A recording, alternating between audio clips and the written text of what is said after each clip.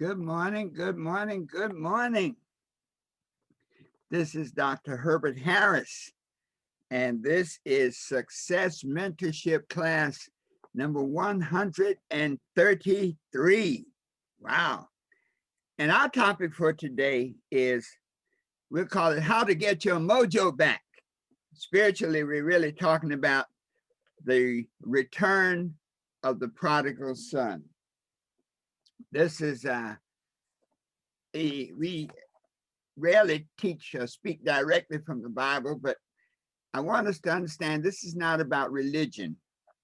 That really and truly, the Bible is a spiritual book. You know, every religion has a book of principles, and if you really look at each one of the books of principles, you'll find that most of them are pretty much, have some same basic principles.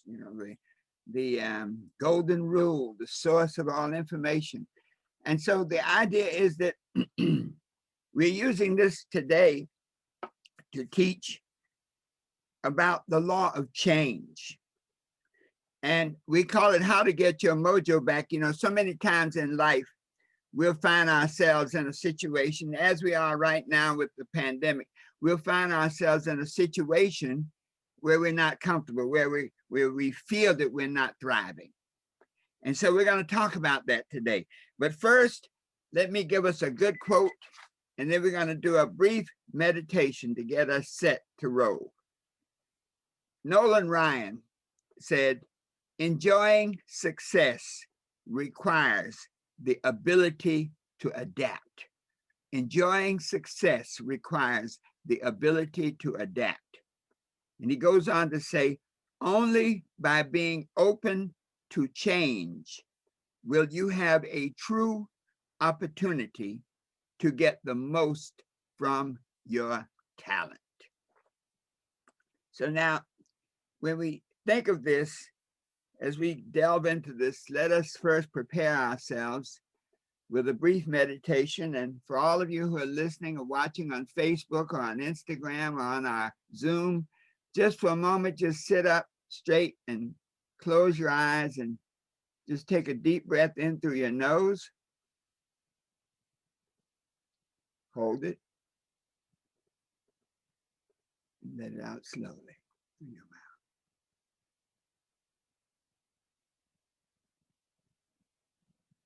And affirm, "I am open, receptive, and ready to learn." Let's say that together. I am open, receptive, and ready to learn. All right. The idea of the prodigal son is really under the law of change. And in the law of change, we talk about the three aspects of change, which are faith, choice, and desire. And what I would love for us to get a sense of is that the idea of the prodigal son and the far country, it's really, we're talking about states of mind, states of consciousness. And so with this thought, since we're talking about states of mind, states of consciousness, let us think along the lines of whatever we're speaking about is happening in our minds.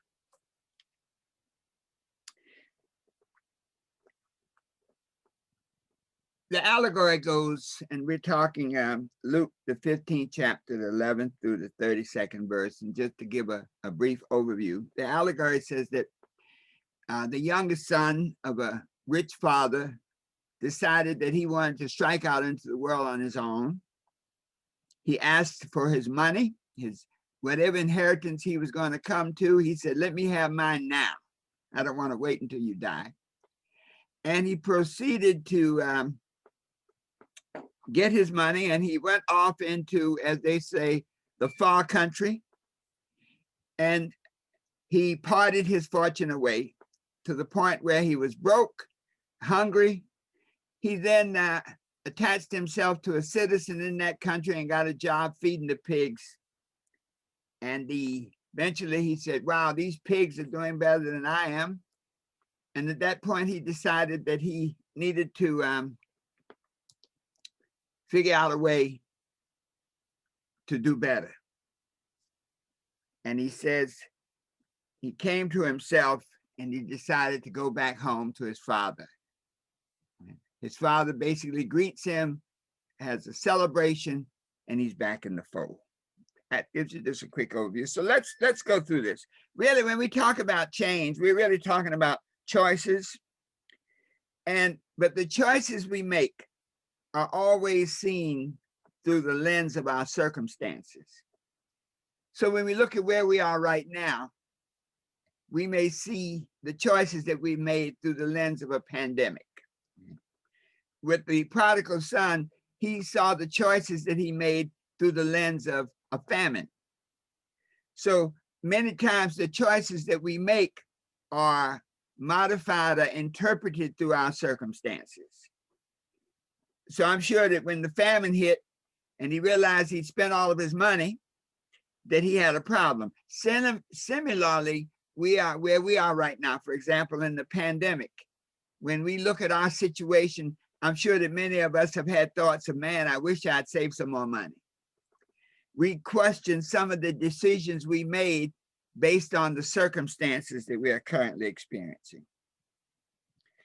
And so when we talk about the idea that going into the far country is a state of consciousness, a state of mind where you see yourself separate and apart from your good self, from the good things. We often go into the far country because of our emotions. So think about this for a moment. In the allegory, it says he went to the far country and parted his fortune away. So many times in our lives, we may choose to do things that satisfy our appetites. So for some of us, the far country may be alcohol, drugs, gambling. In other words, the far country is anywhere where you are not in control, where your true self is not really flourishing. The far country could be a relationship, a bad relationship, where you choose to be there and suffer under abuse and many negative things happening. And so based on our circumstances, we may find ourselves in the far country. We may experience lack, limitation, no money. Many of the things right now that because of this pandemic, many of the things that we used to do, we can't do anymore. And as a result, it has created stress, pain. And that is really what the prodigal son was going through. So very often in our lives, we find ourselves in the pig pens of life. And the pig pens are any place that's not good for you. It's not good to you. That's not good for you. So many times when we find ourselves in the pig pens of life, the essence, the message of the prodigal son is there is always a way out. And the picture painted that the prodigal son had a job feeding the pigs, and he was so down, so poor, so broke, so hungry that he was ready to eat the food that the pigs left. So there's a symbolism here. In the scripture, it says that the prodigal son hired himself to a citizen. He went and joined himself in the 15th verse. He went and joined himself to a citizen of that country. So think about this. He's in a famine. He's hungry, and he goes to seek help. He gets a job with a citizen. A citizen under metaphysically is a person of authority. And so this gives us idea of the process for us to come back from the far country. How do we get out of the stuff that we are stuck in? And the idea of hiring yourself to the citizen means that sometimes you may have to seek help. Often when we are stuck in the far country and we seek help, we can seek help with reservations. I have a friend that he'll come and ask for assistance, but then he'll want to tell you how to assist him. Sometimes our circumstances of our lives are so critical, so tragic. Many times when people who've suffered from abuse and tragic situations, often young in life, that getting help outside is key. You know, Dr. Albert Einstein said that you can't solve a problem, a challenge at the same level of consciousness that created it.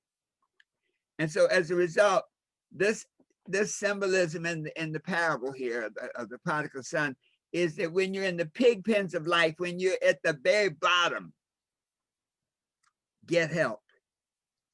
Seek somebody of authority who knows what they're doing. You notice he didn't say he went to the other broke, hungry, poor people to get help. So that's something for us to pay attention to. Sometimes our ego will force us to seek help and assistance from people who are doing worse than we are so that we feel better about ourselves. And all that does is dig the hole deeper. So in the parable, it says, in verse 17, it says, and when he came to himself. In other words, when he came to himself, when he recognized who he was, when he recognized that he was the son of an all-powerful, rich father, when he recognized that he was one with the Creator. And so metaphysically, this says that when we're in the pig pens of our lives, when we're in the most tragic situation that we can endure, that the key to get out of that far country is to recognize who you really are.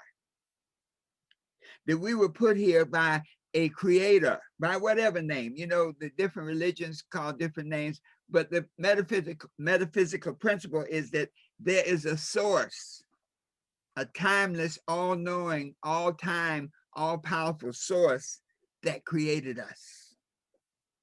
That we are the loving creation of. And so this idea of he came to himself is that many times we have to recognize who we are to get us out of the stuff that we're in. So that is a very interesting situation, folks, to recognize who you are, to get out of the stuff that you're in. Key principle. When the prodigal son, a part of recognizing who he was that he decided that when he came to himself, he said, my father has hired servants and bread enough to spare while I perish here with hunger. And so this identification with your source says, I am connected to something much bigger than I am, much more powerful than I am. And therefore, let me decide to do differently. When you're in the pig pens of life, like right now, when we're in a pandemic, when we're in a situation, one of the things is that we cannot see the negative side. So though he's in the pig pen of life, the prodigal son never said, I belong here. To the contrary, he said, I have a source, a rich father, and I will go to him. And so in our own situations, we can't look at the negative. We can't say, woe is me. We have to affirm to ourselves that whatever it is, I deserve better. Let's just say that together. I deserve better. Many times the circumstances and the challenges that we face are so profound that we forget who we are, that we can become so involved and captivated by our circumstances that we forget that we are really the creation of an all-powerful, all-knowing, omnipresent, all-everything creator.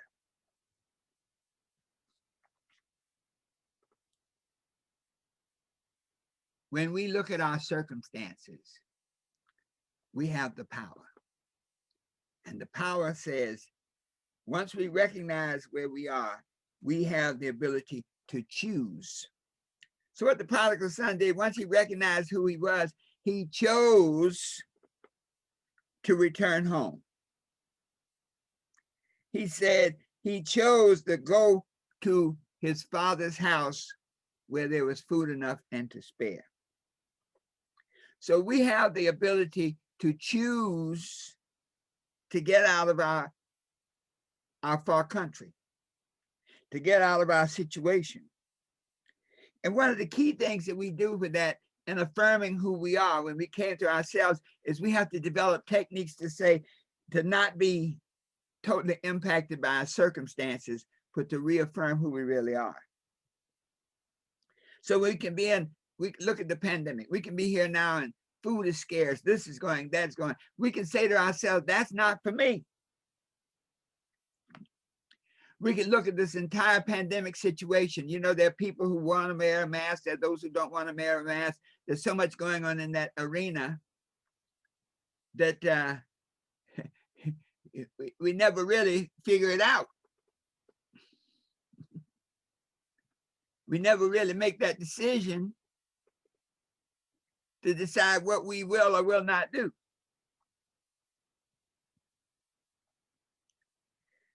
For example, when we make an intelligent choice, and I say intelligent, not emotional. So just on the idea of the mask, there's some people that say, oh, it's a sign of weakness. There are other people say it's an important sign to be safe. There's some people driven by the emotion. Oh, I want to be above all of this. It's a hoax. To get out of the negativity of the promised land, to get to the promised land, to get out of the far country, you have to start programming yourself. You may say something like, I have the understanding and the capacity to do whatever it takes to stay healthy, to protect me and my family. And see, it is these type of choices that then lay the groundwork for how we are able to get out of the far country and back into the good place for ourselves. In other words, reason over emotion. We can look at the situation right now. Think about this. In the prodigal son, he was doing badly, but the citizen was doing well. And so in our own circumstances, sometimes we get so overwhelmed that I've heard people say, well, everybody's hungry. Well, everybody's broke. Well, that's not true. So you have to recognize that there's always someone, something that is the essence of what you're seeking. That somebody's always doing fine. And that what you do is choose to follow that path. So let's look, there are 5 principles I want us to look at to deal with this prodigal son phenomenon. Number 1 is the realization of who you are. Very often we see ourselves based on the circumstances and experiences of the life that we have lived. So people who've been hurt, people who've experienced severe trauma, may let that trauma define them, may let that hurt define them, may let that lack of finances define them. Many times that far country might be situations where people let other people define them, where you permit somebody, you permit somebody to define you so that you define yourself in the terms of what somebody else will like. And even worse, when you permit somebody to define who you are. And so that whole idea now is that you must recognize who you are. When you came to himself, when you come to yourself and you recognize that you are the powerful, positive creation of an all-knowing source. Number 2, you have to make a decision.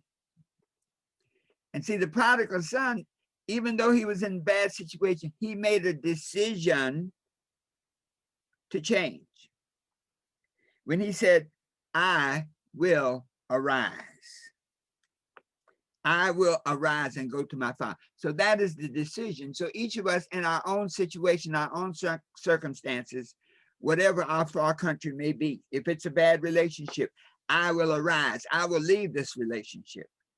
If it's being surrounded by poor, poverty, and sickness, and I will arise and get out of here. So when you make a decision, there's a statement he says that I will confess the things that I have done. It's very interesting. He said that I will say to my father that I've sinned against heaven and before thee. When you make that decision to change your life, you have to be honest with yourself. You have to say, hey, that's not for me. You have to say, I messed up. In other words, when you make a decision for change, you have to own whatever it is that you want to change from. So in this pandemic, you can say, the government put me here. The president put me here. The politics put me here. The Chinese put me here. But you will not be able to get out of that far country until you say, I put me here. Whatever I have done, my actions, I put myself here. It is this transformation when you make that decision for change, where you're honest with yourself, that you're literally creating a new vibration. Once again, as Einstein said, you can't solve the problem at the same level that created it. And so when you make a decision and confess, simply meaning you own up to the fact that whatever it is, you did it, then you create a new level of consciousness that can help you move on and get out of the far country. The third principle is you have got to take action. You see, action is the confirmation of decision.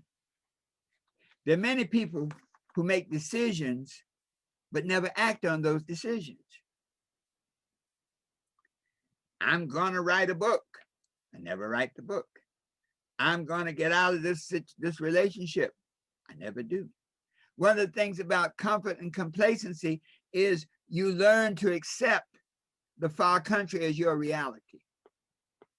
And when you do that, you won't leave.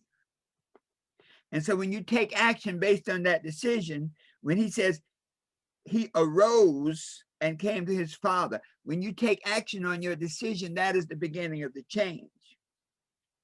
The interesting thing now is the fact that the moment you make a decision and take action on that decision, action confirming your decision, something happens. You literally create a vibration. You see, this whole universe we live in is a harmonic experience. And so when you make that decision for change and take action on it, you then create a vibration, and that vibration radiates in a timeless fashion.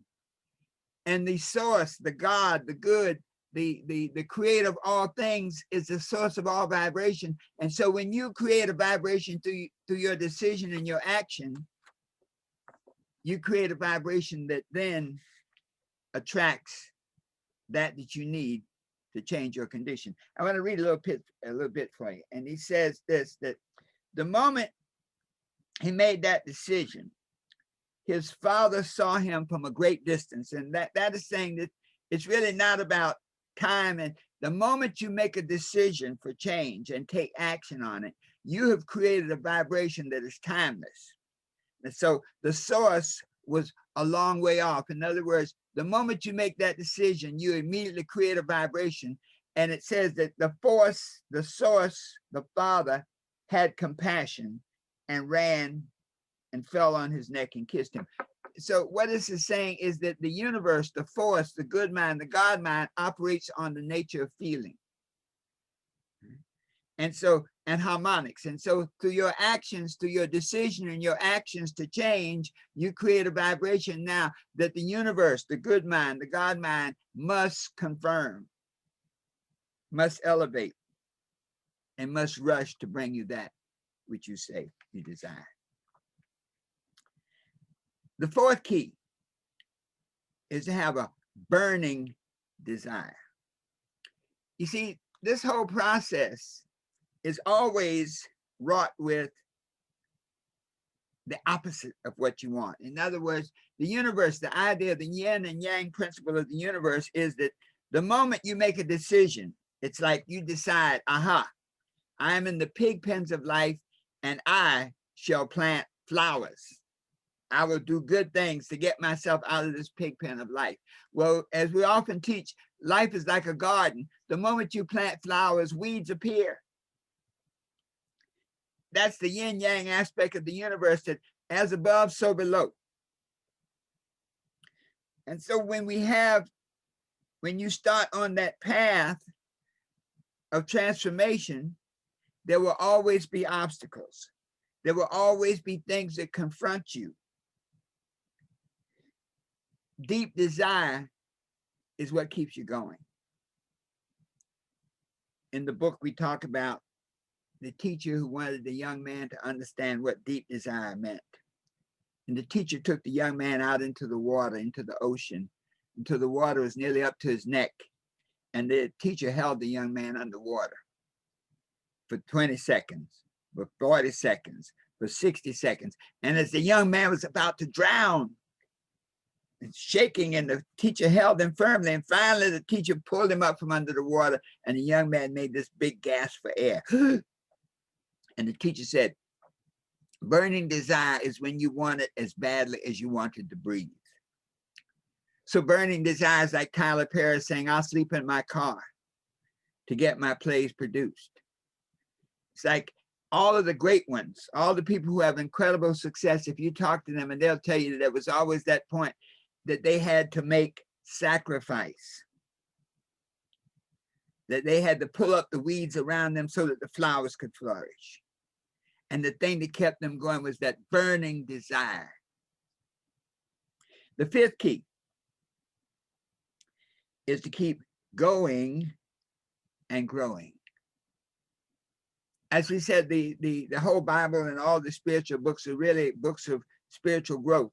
The growth process says that life is about growth. The basic principle of life is growth. If it's not growing, it's dying. So we go through life by trial and lesson. You know, some people say trial and error. That's not what it is. If you see it as an error, you'll never get out of the trap. By trial and lesson. And so as we come back from the far country into the Father's house, into that positive environment of growth and sustainability, as we see that happen, we know that we can get a positive results. And so when we encounter a failure, we look at it as a dress rehearsal for success. When we encounter an obstacle, we look at it as an opportunity to climb above it, to tear it down. One of the key things we recognize is that we grow in stages. We plateau. So when we look at the whole parable of the prodigal son, think about this. The prodigal son, number one, he realized that, had the realization of who he was. That's number one. We realize who we are. Number two, he made a decision to change. Number three, he took action on that change. Number four, he had a deep desire because he had to overcome stuff to get there. Number five, he now is in the process of going and growing. Now, think about this. He's come back from the far country and now he's back in the family. But when you look at the last part of the story, and it tells how his brother, the prodigal son's brother, was very angry and upset and wouldn't even attend the party that the father gave for him. So what is that saying? That the next level of evolution of growth of the prodigal son is going to be to deal with his brother and their family relationship. And so this says to us that this process of growth that we go through, it's natural to have it go in stages and plateaus. And so we have we're in the far country. We come out of the far country and come back to the source. Creates a whole new level of consciousness. But in that level of consciousness is already the seeds and the weeds. And so this new level of consciousness creates a new set of conditions, a new environment. And we have to go through this process time, excuse me, time and time again. And so the thought of the prodigal son is that no matter what our condition, there is always a way for us to get out of it and to get to the good in our lives. That if we do these 5 things, that if we want, recognize who we are, that we are the created being of an all-knowing, all-powerful source, created for a purpose, to do good things, to do powerful things. Number 2, that we make a decision for change, that if our condition is not the way we want it to be, we make a decision for change. Number 3, we take action on that decision because the actions confirm the decision that we made.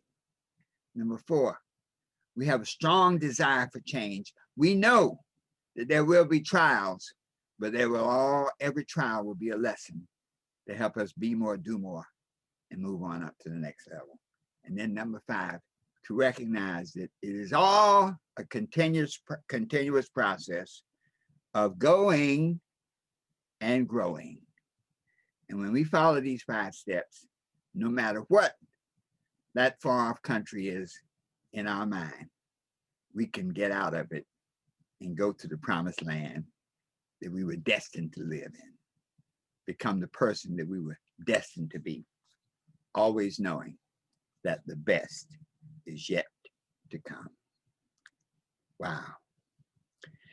Thank you so much for joining us today. And for all of you who are guests on Facebook, on Instagram, thank you so much for joining us. And all of our messages, all of our success mentorship classes, and many other audios and videos that we've done over the years is on our Patreon, our membership site.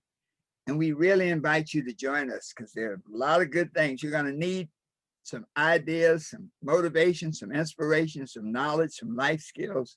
And on our Patreon site, you can become a part of that and get access to that success vault. Our Patreon site is www.patreon, that's patreon.com/success mentorship network. You can click on the link below and join us to change your life forever, always knowing that the best is absolutely yet to come. So it is.